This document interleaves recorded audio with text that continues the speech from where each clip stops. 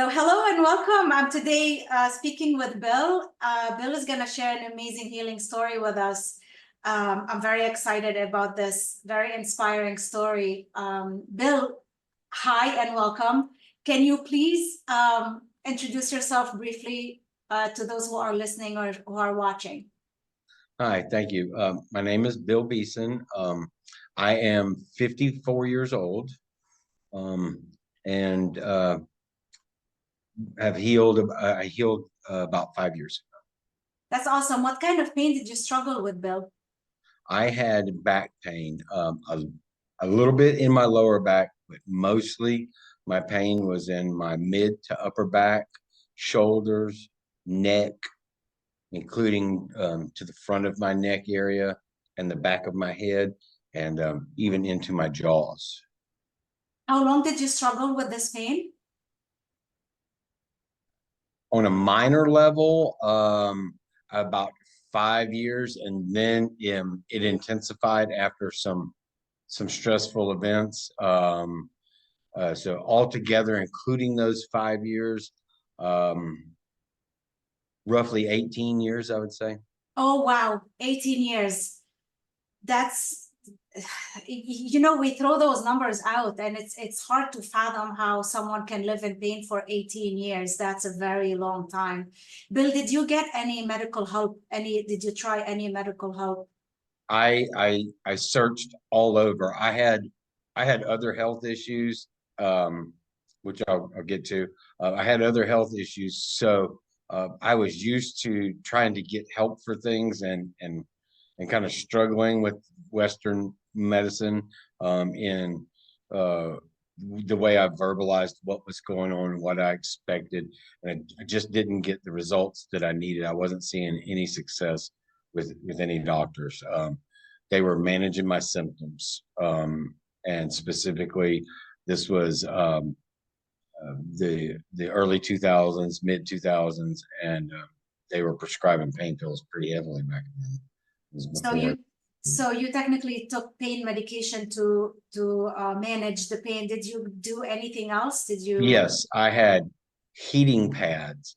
I did. I had tennis balls that I would put under the knots and roll against the floor, the wall, anything I could find.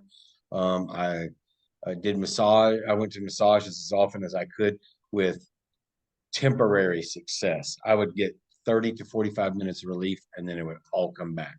So it was a big waste of money. Yes. Great for a few minutes, but so I tried. So the heat patches, several different pain medications, and physical therapy. That's the physical therapy. Did it help at all? Only temporarily, very similar to the massages. Okay. And it was obvious later that was because I wasn't addressing the cause I was addressing. So. Yes, obviously, we'll get to that. Thank you so much for that. Did you get any x-rays or MRIs done to see if there was anything wrong with your spine? So I had a car accident about 10 years prior to any pain symptoms. It was a pretty minor rear ending. I got hit from behind. It wasn't super hard.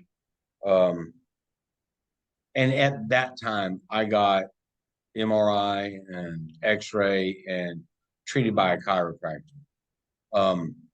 There were no, at the time that the pain manifested, and then once again, when it began manifesting harder, there was no traumatic events to lead me to think that I needed to get a scan. There was stressful events, and as I'll get to, I had an extreme workout session with someone who was part of the stress out. He wasn't the cause. He was just part of the situation. So it triggered something. But so during that session, I didn't have any pain, but after, when I was recovering, I just got worse. So I knew I didn't like break anything. I knew that I knew there wasn't going to be any use in getting a scan, because I had gone to doctors before with pains like this. They couldn't find anything there. I knew that was going to be the same result. So I just kind of, at that point, I had already given up on getting any help from doctors for pain, except for pills. All right. It's pretty classic how it's for most back pain sufferers. A lot of them will tell you it happened at the gym during a workout session. It happened at the gym for me as well. Not during the session, but right after. I came back home after a very actually invigorating workout session, and I couldn't stand up. I sat down and my back completely locked up. I couldn't stand up. So we hear this a lot. 18 years of pain. Quickly, how long did it take you to completely heal? That's a hard question for me to answer. So I will say, for you, do you mean the overall time from when I started being in pain and when I wasn't in pain anymore, or when this current method that healed me?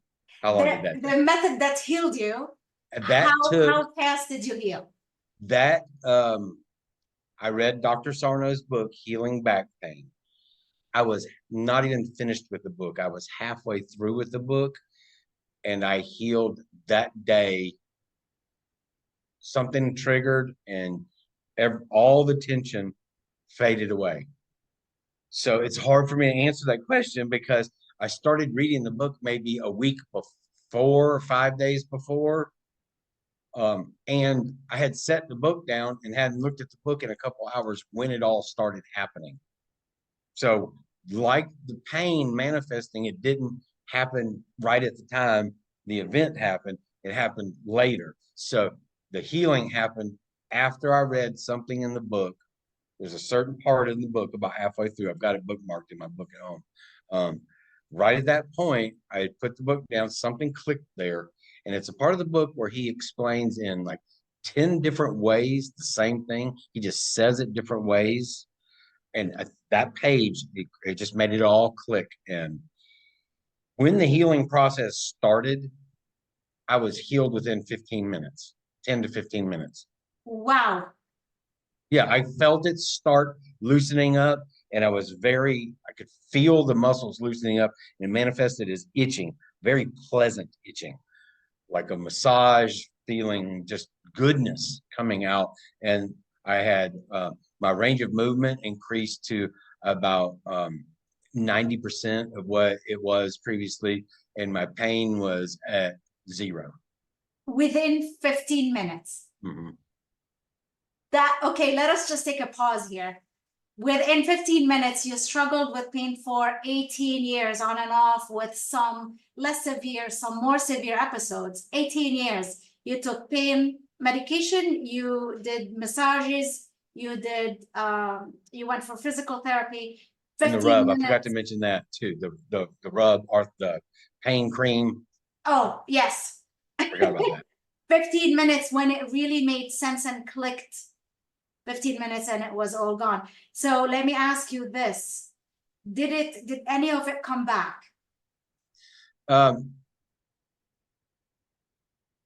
No pain came back, except for over the last 5 years, I would say I've had maybe 2 or 3 incidences where stressful events were happening and the symptoms started to creep back, but I was very aware and on top of what was going on, used the tools that I knew, took care of myself, and the pain never got above a 2 on a scale of 0 to 10. Never got above a 2 because I had taught myself in the meantime, after the I didn't just stop learning after the healing. I think that's key because I had to figure out what, I kind of knew what caused it, but I really wanted to dial in. And there was still a residual amount of tightness, not pain. It was tightness and pain. And there was residual anxiety that I hadn't taken care of. So I continued learning because I already knew if I had self-healed from the physical, that it was related to the mental, and I could self-heal from the mental. So I began reading more authors other than Dr. Sarno, in search for more. It wasn't really relief at this point. It searched for more miracle.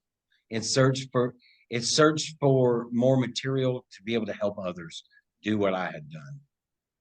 And that's what I've been doing ever since. And in the meantime, as I teach people, my tension gets less, my range of movement is more and more. And now we're just talking about minute degrees now. Now I'm just being really, really picky because I'm trying to get to 100%.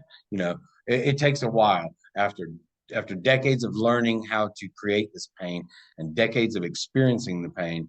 It's going to take a little while to unlearn all of the things. So there's still remnants of little things I learned as a child that still may pop up, and I might get a little tight, but I'm on the alert for that, and I have tools, and I'm able to manage it.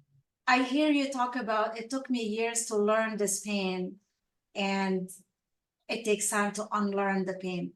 For those skeptics out there who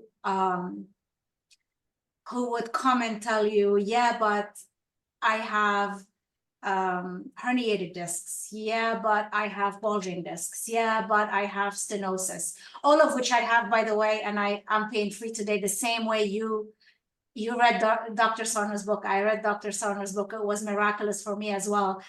For me, the difference is I went for the MRIs, 3 or 4 MRIs I went for, and they all showed pretty extensive degeneration.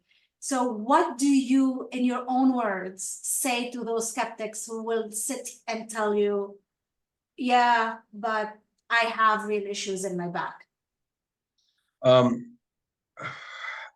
I don't have the graphic now, but I've seen a graphic that explains that most people that are pain-free have all of those issues.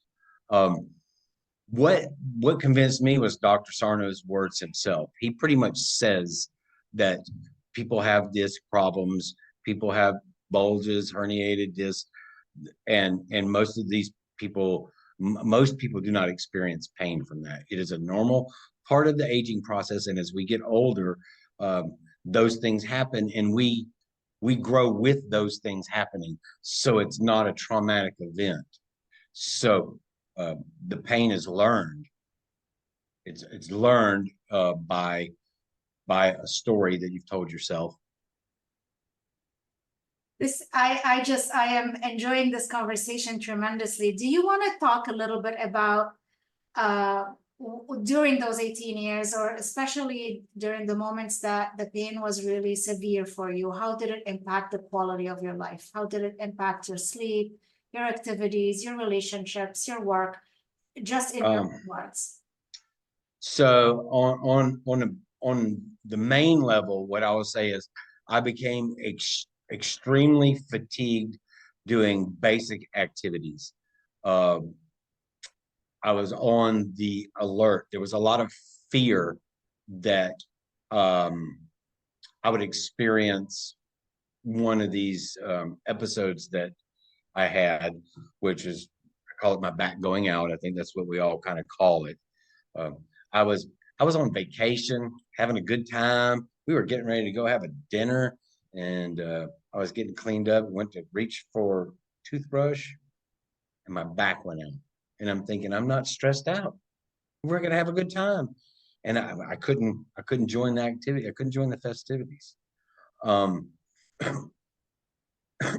It severely limited what I did, because I was scared that an event like that could happen at any time. Driving down the road, at work while I had important things in my hand, while I was carrying my child. I was so worried that that something bad was going to happen because my back was in the condition that it was in.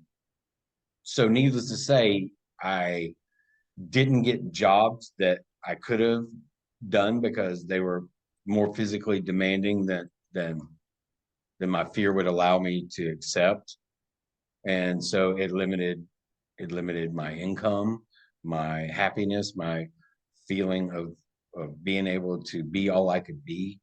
It severely limited who I was as a person because I identified at that time with my abilities to provide and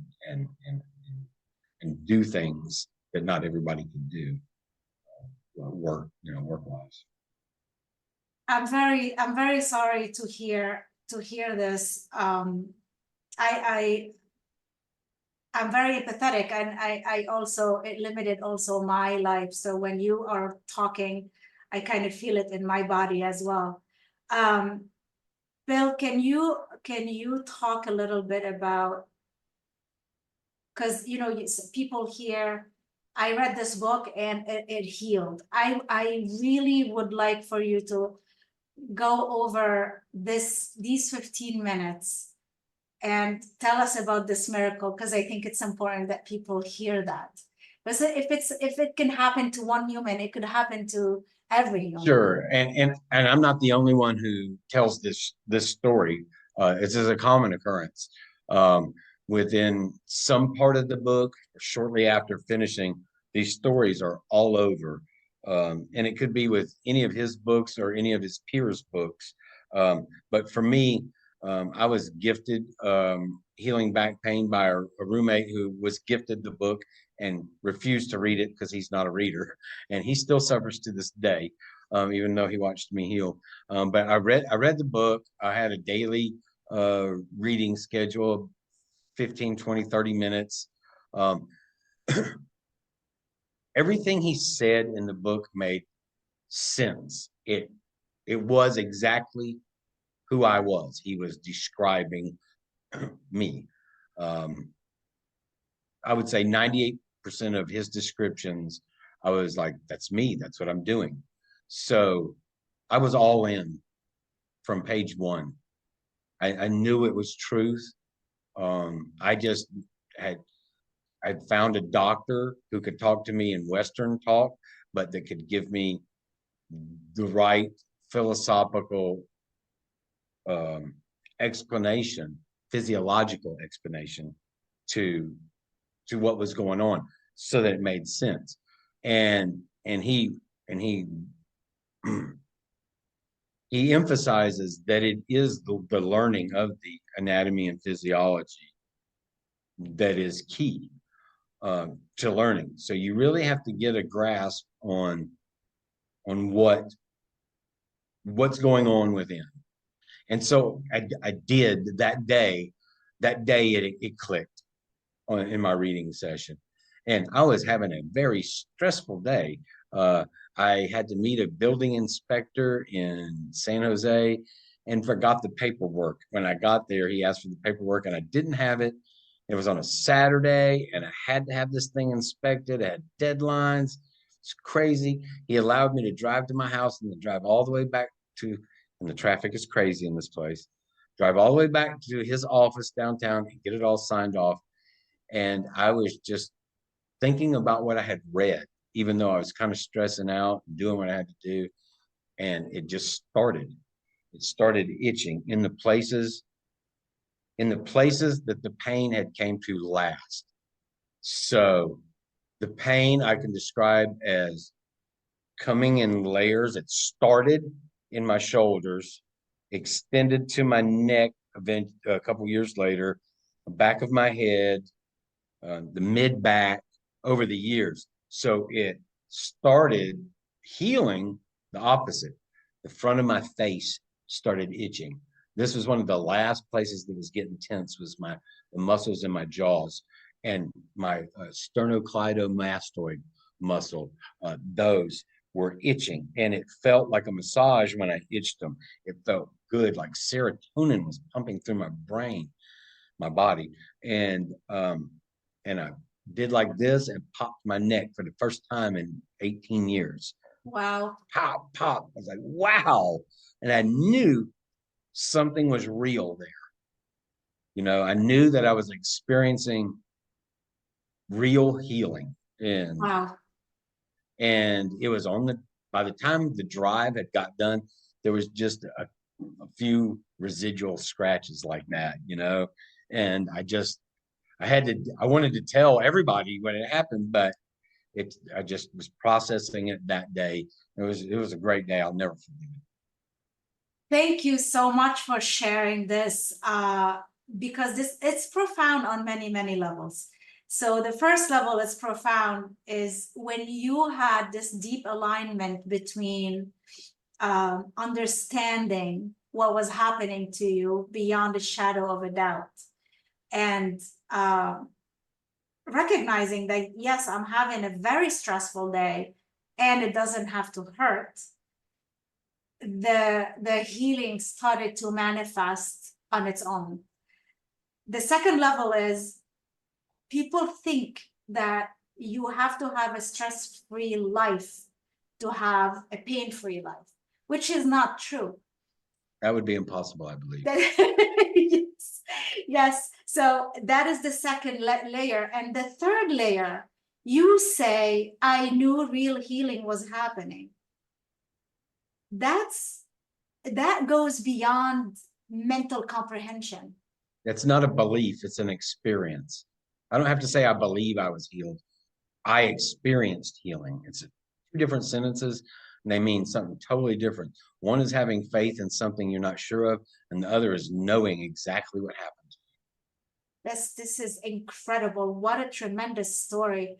Let me ask you this, because I experienced pretty miraculous healing too, and I wanted to tell the whole world. And I started to actually see it everywhere in many people. I would be able to Yes. see what was going on, and I was so compelled to help.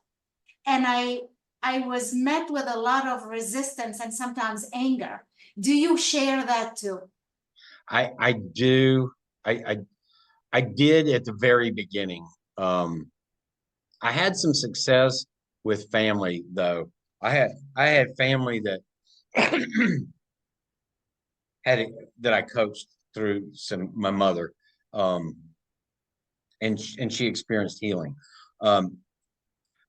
But other than that, the reception I got, it seemed that the people thought, well, you made up the pain in the first place, so of course it's going to be a miracle. It's a big deal. I've got real pain. Yes. That's what it felt like. So what I learned to do is meet people where they're at and gradually introduce them to some of these topics. I was ready to. Yes. I was ready without a doubt. I was very desperate. I had some very dark thoughts before healing. I needed healing or some kind of relief. Some people are not ready for that. They may not realize it, but they identify with being a person who's hurt, who's in pain, and they have a story to tell, and they enjoy telling that story and hearing other stories like it. And it's part of their personality. That's also, I believe, in Sarno's book. I'm pretty sure he talks a lot about telling the stories, and the kind of stories you tell affect your pain. So once I realized that, and I've learned from other philosophers that some people enjoy sleepwalking, and it's dangerous. It's dangerous to wake sleepwalkers. And I should say, some people enjoy sleeping, and it's dangerous to wake sleepwalkers. So what I do is kind of put it out there on a light level. I used to have problems. I self-healed. And if anybody is interested or asks questions, then I start giving them more and more information and resources and help. Thank you so very much for sharing this. Are you open to, if there is anybody who is interested in reaching out to you, asking questions, are you open, or this is something that you're not interested in doing? I'm absolutely open to it. I know that self-healing is the greatest thing I've ever experienced, and the people that I have helped that have experienced it say the exact same thing. They've expressed that same sentiment. So I believe that that's what I'm here to do. I've experienced it, and now I'm ready to hold other people's hand as they experience it themselves. That's what I want to do. So yes, anybody who wants to reach out and have conversations or ask questions, I'd be more than glad to help.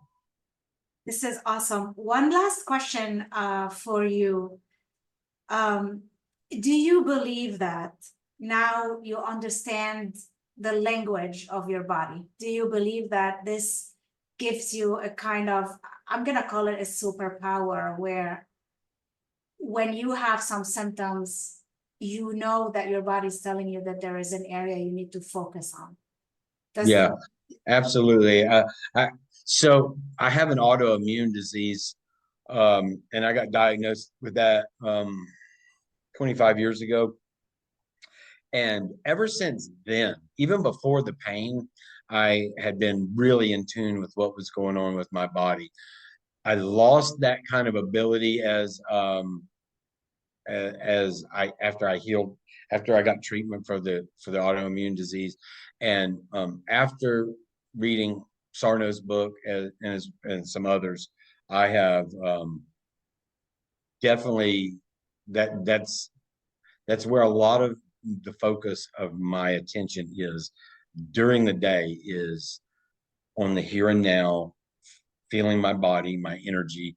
I feel like I'm super tuned in. So any minor pain or issue, I know, or tightness, I know, okay, maybe you're starting to repress a little bit. Maybe you're anxious or worried. And so I can start addressing it.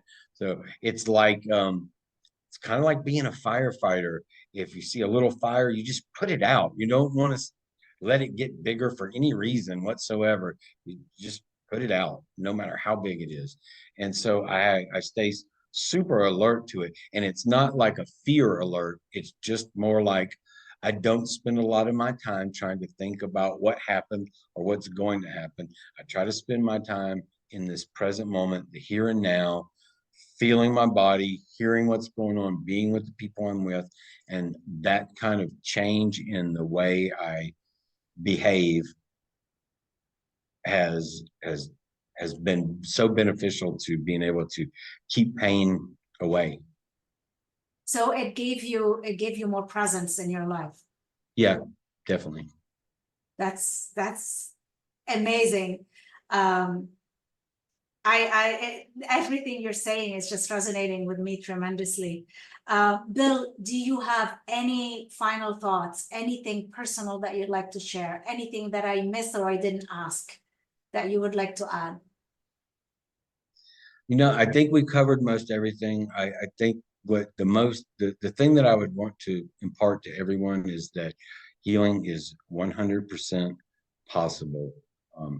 It's going to take work in the form of educating yourself and doing a few things towards getting yourself healthy, but it's all within you, just like Dorothy and the Wizard of Oz. It's all within you.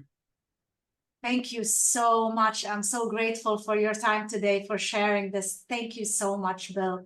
What an empowering story. I hope more people will come forth. I hope we'll be able to put out as many stories like yours as possible. And if anybody wants to reach out to Bill, where do you want people to reach out to you? I would prefer on the Attention Myositis group on Facebook. Perfect. That way that's where I kind of keep my focus on for helping people. I will add that link at the end of the video. Thank you so much, Bill. Okay. Thank you. You're welcome.